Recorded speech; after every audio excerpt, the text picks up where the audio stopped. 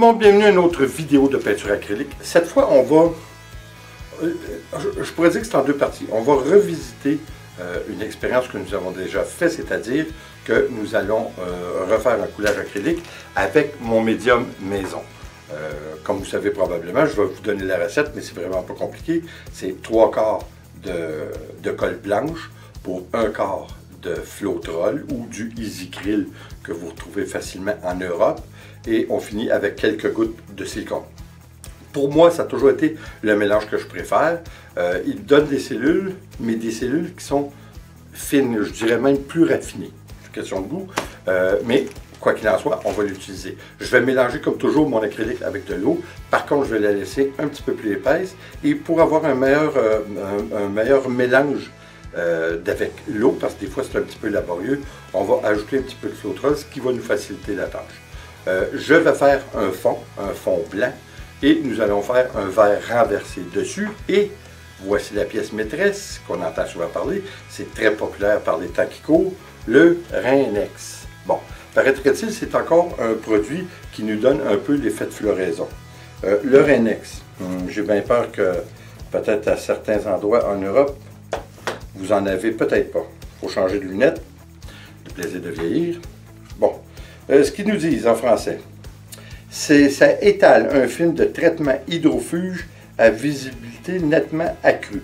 Alors ça, c'est bon aussi à utiliser lorsque nos essuie-glaces ne fonctionnent plus. Hein? C'est un produit qui fait quand même bien la job. J'ai pas vu les produits à l'intérieur, mais je suis obligé de vous dire que j'ai de sérieux doutes qu'il y a un peu d'alcool, parce que ça sent. Alors, on sait qu'il y a un petit peu d'alcool. Les autres produits, je croirais que c'est une base de cire pour donner les effets voulus. Quoi qu'il en soit, supposément que ça fait, comme je vous dis, un effet de floraison. Alors, on va essayer ça. Et puis, on va faire, comme je vous dis, le coulage. On va faire, je vais essayer d'en mettre en spray parce que c'est comme un vaporisateur, si on veut. Je vais essayer d'en mettre, de le concentrer seulement qu'à un endroit. Puis on va voir ce que ça donne, puis on revient pour le mot de la fin.